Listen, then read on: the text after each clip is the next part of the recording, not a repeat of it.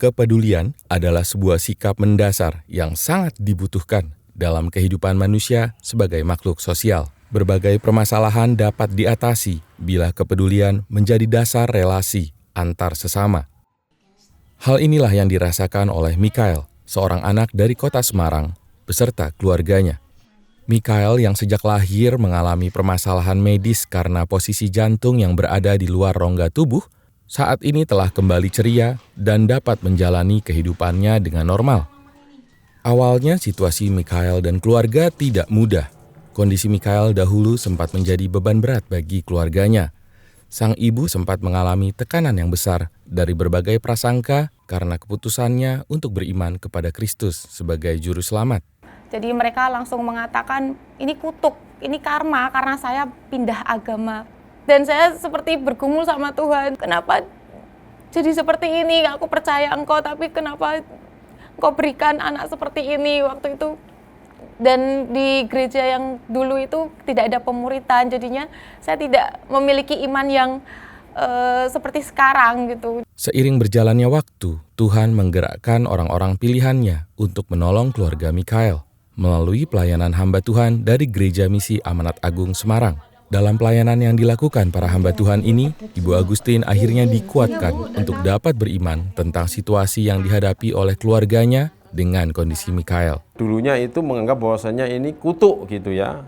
Tetapi begitu ya kami siram dengan kebenaran firman Tuhan, kemudian juga melakukan firman Tuhan mereka kepada ini, akhirnya mereka juga mengasihi anak ini, selalu dibawa kontrol ke rumah sakit. Pada waktu itu saya katakan, walaupun seperti ini keadaannya, Tuhan punya rencana dalam anak ini, saya katakan. Jangan pernah putus asa. Ibu dipercayakan punya anak ini, berarti Tuhan mempercayakan iman yang besar kepada ibu, saya katakan begitu. Rangkaian pendampingan dan pemuritan yang dilakukan bagi keluarga Mikael memberikan pandangan dan pengharapan yang baru dalam menghadapi situasi dan kesulitan yang terjadi. Saya dibimbing, saya dimuridkan, diajarkan training dasar rohani Kristen, itu menambah iman saya dan diajak selalu berdoa. Pasti ada harapan untuk Mikael, percaya bahwa rancangan Tuhan itu rancangan damai sejahtera dan bukan rancangan kecelakaan untuk membawa hari depan yang penuh harapan. Akhirnya setelah Mikael hidup dengan kondisi jantung di luar tubuh selama sekitar 7 tahun, mukjizat pun terjadi.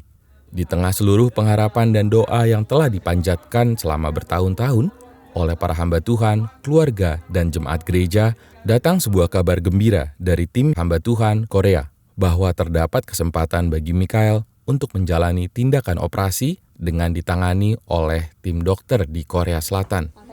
Walaupun dalam operasi sempat terjadi saat-saat genting, di mana kondisi kesehatan Mikael turun hingga tinggal 25%, seluruh jemaat bersama hamba Tuhan bersatu hati mendukung dalam doa dan Tuhan menggenapi mukjizatnya bagi kesembuhan Mikael. Saya mulai share di grup, kita mulai berdoa buat Mikael. Sekalipun manusia berkata 25%, tapi Tuhan bisa buat jadi 100%. Saat itu kami berdoa dengan Ibu Agustin melalui video call. Melalui video call kita berdoa terus. Tuhan berikan mukjizat.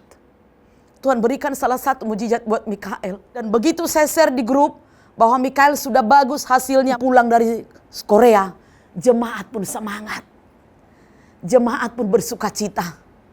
Iman mereka semakin dibangun. Walaupun kami di sini bukan orang-orang kaya, tapi kami masih punya iman yang bisa Tuhan lakukan suatu hal buat sidang Tuhan ini.